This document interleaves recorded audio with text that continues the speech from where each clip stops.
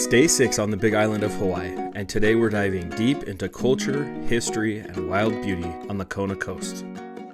From historic churches and sacred Hawaiian sites to hidden beaches, local food stops, and one of the most unforgettable wildlife encounters on Earth, this day became one of the most memorable days of our entire trip. If you're planning a trip to Hawaii, the Kona District is an absolute must, known for its sunny weather, rugged lava coastline, and laid-back island vibe. The west coast of the Big Island is where history, culture, and adventure collide. Kailua-Kona is packed with oceanfront restaurants, local shops, and easy access to some of the island's best snorkeling, while North Kona hides stunning white sand beaches and powerful Hawaiian landmarks. Today was about slowing down, learning, and connecting, starting the morning with church, exploring centuries-old Hawaiian sacred places, tasting local favorites, and ending the night swimming alongside manta rays under the stars. This day reminded us why the Big Island is so special. It's not just about beaches and resorts, but about stories, culture, and moments we'll never forget. Swimming with manta rays at night was the perfect ending to an unforgettable Kona Coast day. If you're planning a Big Island trip, save this itinerary and let us know in the comments which stop you'd be most excited for. Mahalo for being here. Day 6 starts now.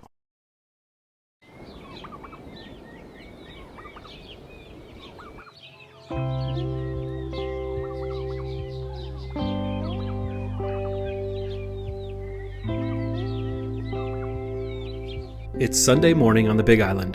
The sun rises on the Koi Cottage and we enjoy breakfast together before getting dressed for church services at the local Church of Jesus Christ of Latter-day Saints.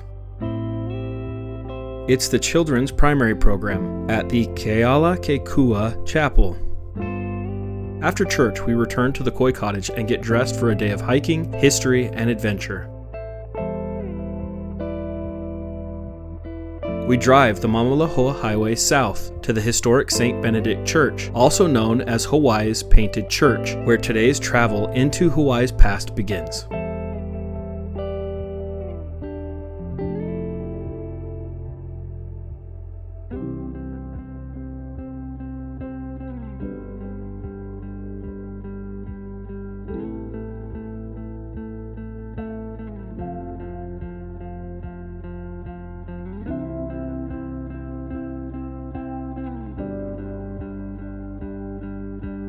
Overlooking beautiful and historic Kealakekua Bay, St. Benedict's Painted Church is a fascinating place to visit on your journey to the Big Island of Hawaii. Located in the famous Kona coffee growing region, it is a jewel of South Kona. This present church was erected in 1899 by Father John Velke. Without any professional training and using house paint on ordinary wood, he beautified the church with his paintings. In those days, very few Hawaiians could read, and so he taught with pictures.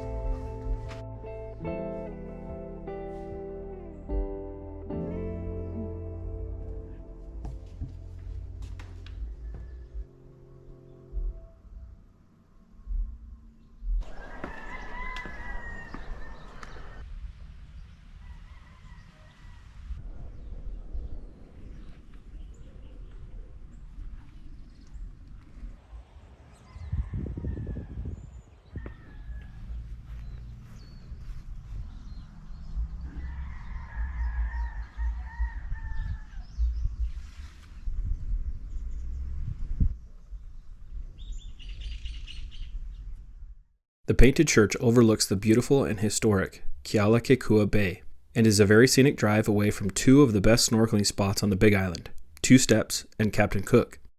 It is also very close to the Puʻuhonua o Honaunau National Historic Park.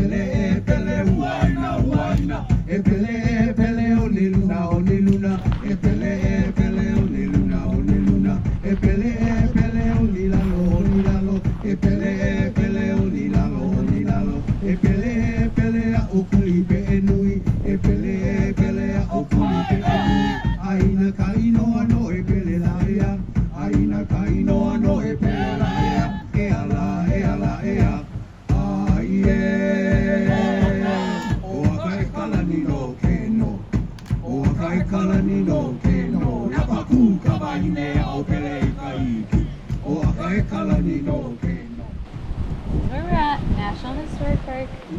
Before you enter, there's a sign that talks about the respect that you should give this place. You're in Hawaii, you're walking on sand, you're right by the beach. It's easy to be casual and forget. So I appreciate the reminder that it's not just any National Historic Park, but it is a special place. And so they talk about actually speaking quietly and offering mahalo or thanks, and any unkind energy or thoughts that we bring, we unknowingly do so. And anyway, just being respectful as you walk around and observe and learn about the area. And then so far we saw the temple model. It was a small reconstruction. It was a wood structure, thatched roof. Really little over there. Space of the Puʻuhonua. The wall was constructed over 400 years ago using Hōkū, dry set masonry, stones fitted without mortar. So that whole wall.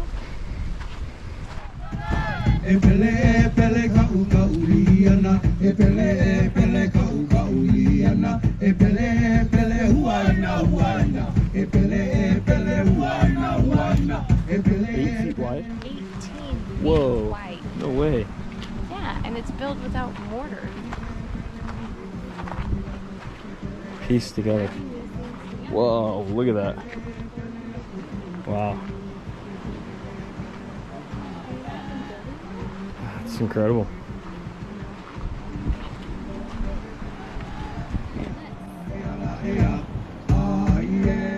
It's housing bones of 23 ali'i, or royal, right? Because that's a royal mausoleum. So 23 bones, including Kamehameha's great-grandfather. Hawaiians still revere this place and sometimes leave offerings on the tower. And then the wood images represent Hawaiian gods.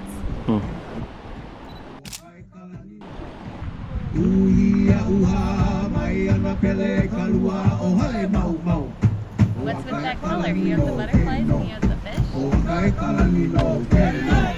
Look at the waves right there.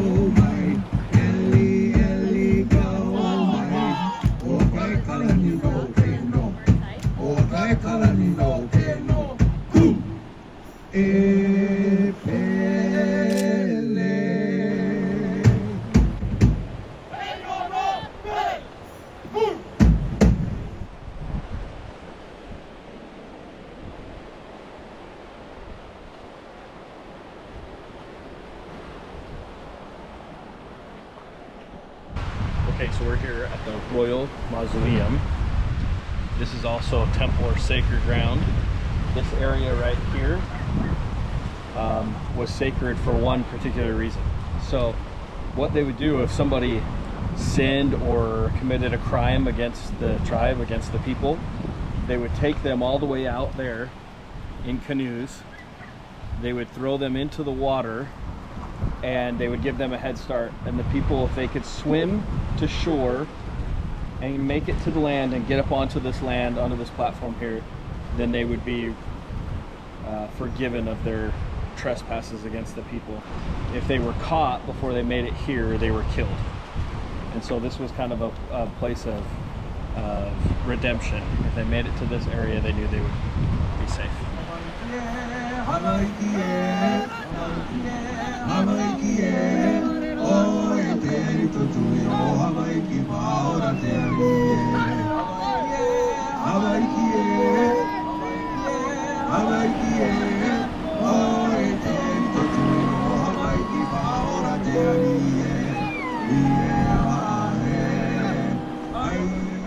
You got dropped off the next canoe out there.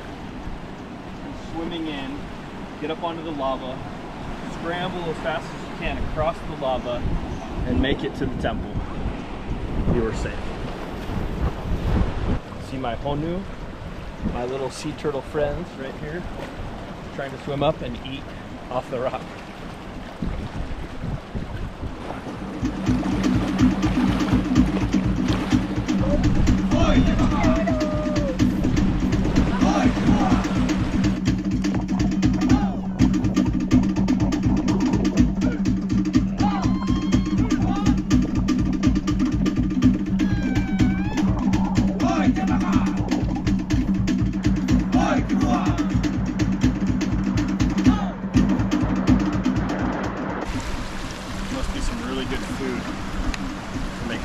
Ride the waves up onto the rock. Get at it.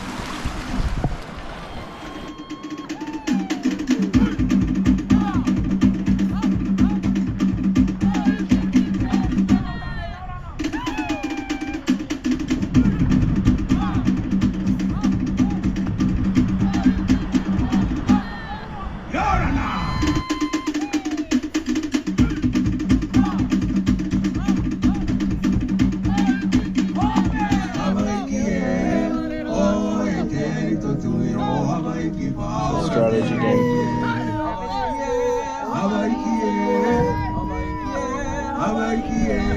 You can see here all the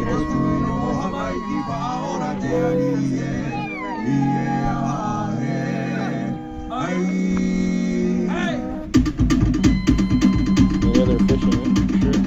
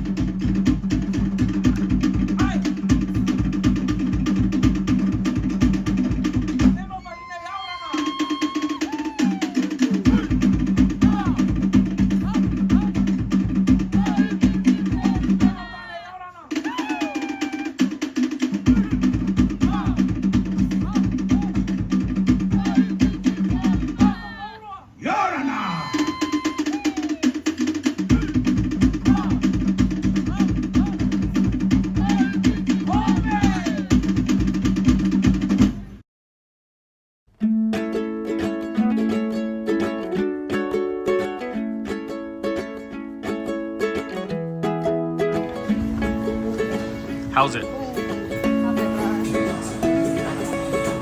Where's that at? What's this place called? Where are we? Looking at the menu. Big Kahuna Bar and Grill. So Kona Bay is just right here behind us, and then you have the Kona Beach Resort, Ladies Resort. What'd you get? It's their signature burger, special sauce. I chose pepper jack cheese, fries. Yum. What'd I get? I don't know, what do you get? Mahi-mahi. It's barreled mahi-mahi. So it's mahi-mahi over potatoes, shrimp, grilled shrimp, yummy sauce on top. Pretty good, huh? That does look huge. Mm-hmm. Pretty good? Yum. Some bacon. And pepper jack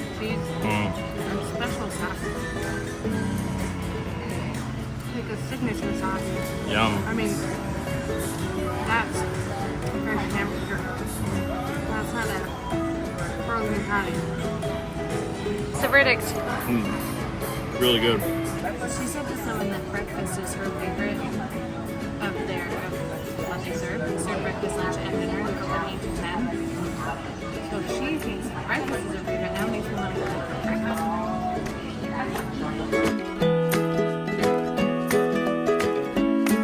How have we been here for like 4 days and not got shaved ice, babe? You ready to go?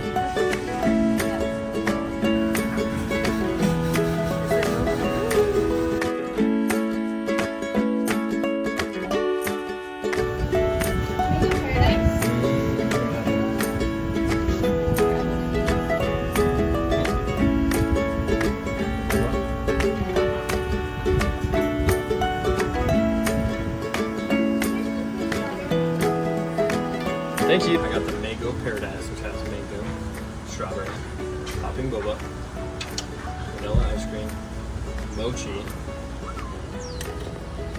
fresh strawberries, and condensed milk over the top. That was quite a combo.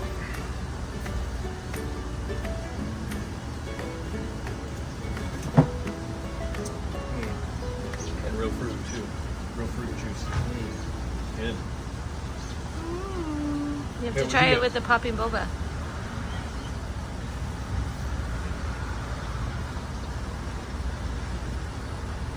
Oh, that's yum. So I went with the build your own to kid size because that thing is massive. I don't have it in me. So I did strawberry, mango, mochi, and fresh fruit.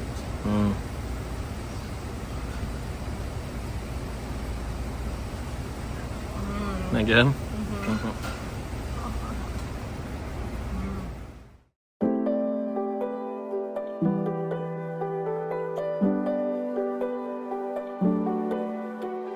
Along the western coastline of the island of Hawaii lies the hot, rugged lava of Kaloko-Honokōhau.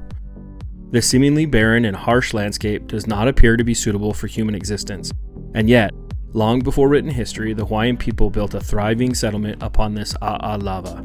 For centuries, a strong spirit of life has flowed through this land and the water that washes upon its shore.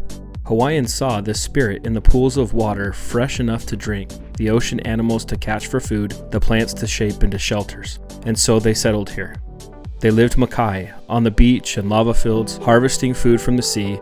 They lived mauka, upland where enough rain fell to grow taro and banana. They traveled the mauka-maikai trails to share their harvests. Their way of living in harmony with the land and sea changed little for centuries and then almost disappeared. Today, the Hawaiian spirit is strong again and is celebrated and nurtured here at Kaloko-Honokōhau National Historic Park.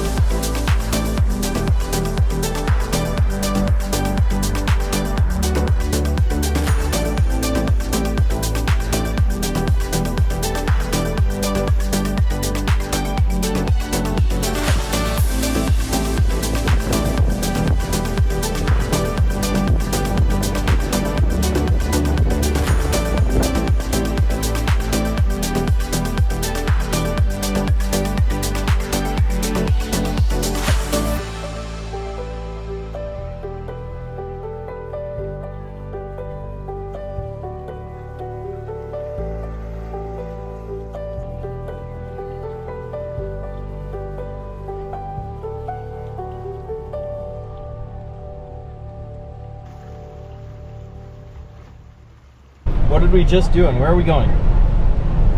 Well, Josh went out exploring the national park, saw a bunch of sea turtles, sweat a couple pounds off, and so I drove over to a little marina and parked there, waited for him, and did my hair to get ready to go swim with manta rays. So we are on our way to the charter that we're taking to swim with manta rays tonight. A night snorkel with manta rays. Bucket list item. Check it off.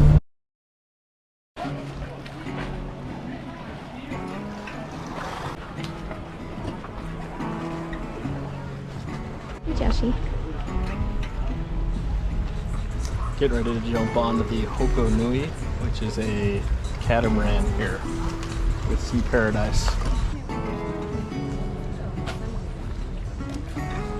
Hey babe, Hi. what do you think of this? Very peaceful. Sitting here at the edge of the Saying dock. how idyllic it is.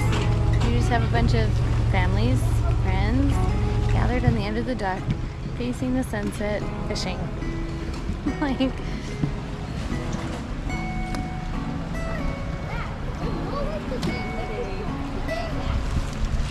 What's that? what better way to end the day?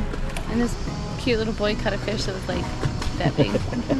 Pulled it up. And what are we getting ready to do? And we're gonna get on this guy and we're gonna go do a night manta ray dive. Night. So we're supposed to just like float there and they turn these lights on and it lights up all the like phytoplankton that the manta rays feed off of. That's what I heard. And they just swim all around you and come within kissing distance. I don't know, we'll find out, but it's supposed to be all around and it's gonna be super cool. Okay. You got here. We'll put that wetsuit on. Oh, that looks great.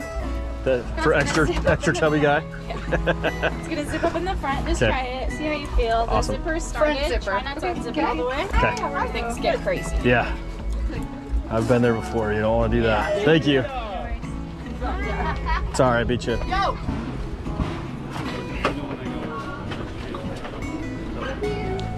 Big step. Thank you. everybody. Yep. Our nighttime adventure begins with a beautiful sunset sail into Keauhou Bay. It's only a 10-minute journey to what is locally referred to as Manta Village. Manta rays feed at Keauhou Bay because of its unique underwater landscape, volcanic slopes, and artificial lights from shore-based hotels, which create the perfect concentration of their primary food source, plankton. After some instructions from the crew, we gather our gear and head to the back of the boat. Ashley is the first one in the water. I quickly follow.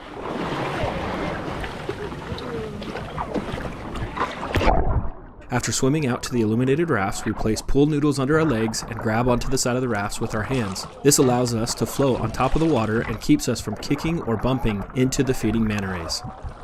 Seconds after arriving, I feel a massive presence just below me in the water.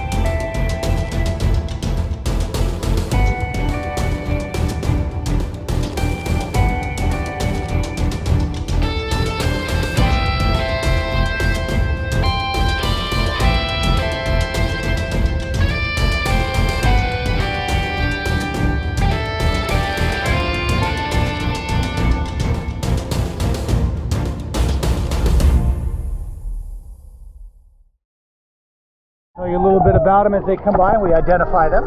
They're all coastal manta rays. There are also pelagic manta rays. Those are open ocean, but the ones we'll be seeing tonight are all coastal. They live their life right here along the Kona Coast. They live in about a 60-mile range from where they're born. They don't travel to the other islands. They only stay in that 60 miles for their entire life. The longer we're here, the more that plankton accumulates, the more they'll come in and feed on it.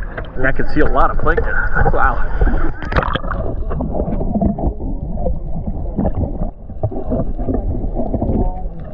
They have a sensory organ called the ampullae of Lorenzini. That organ allows them to detect very weak electrical fields, such as the fields that are put off, the electrical field that's put off by that plankton as it moves around. It's a living organism. Also the electrical fields that are put off by our heartbeat, all of our muscle movements. So using that organ, they can tell exactly what we're doing up here. Yeah, we're very intelligent animals, very intuitive.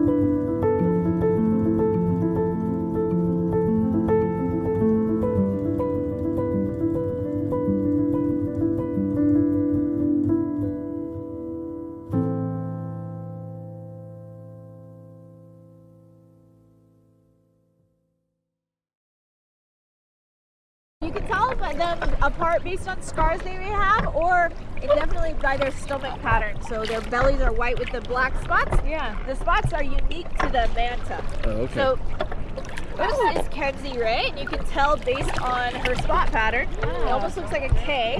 Also, she has some stripe marks from a boat on her right fin on the underside. So it's really faint, but you can still see the strike marks, scars from her. So that's how you can tell it's Kenzie. But that's how we tell all the mantas apart, is based on the spot patterns on their stomach. So everyone has a unique spot pattern, kind of like we have a unique fingerprint. Manta rays have a unique spot pattern on their tummy.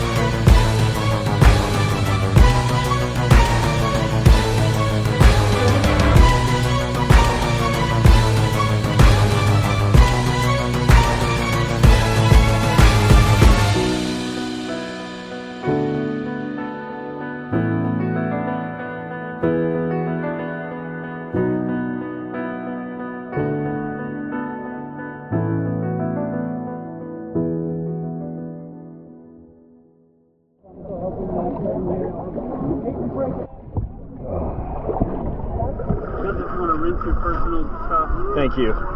Amazing? Good job, guys. That was fun. Amazing. Oh, just incredible. And you guys are my favorite. First one's in, last one's out. Love it. Yeah. I had to tell Matt, I was like, sorry, I didn't hear what you said. Because I'm just Our heads were in the water. This is where I'm supposed to be. I say the same thing to them every day. What do you think, babe? Oh my gosh, that was amazing. Is that amazing? One of them touched me. I didn't do it. I didn't mean to. They touched me. I know. They bumped up? Later. Well, and she was like, Kenzie. Like Yeah. one of them kept getting her. So I was like, okay, I'm not doing that. I don't feel guilty about it when they're the ones coming up against us, right? Oh my gosh, that's so Oh, that was amazing. What a lifetime experience, huh? Yeah.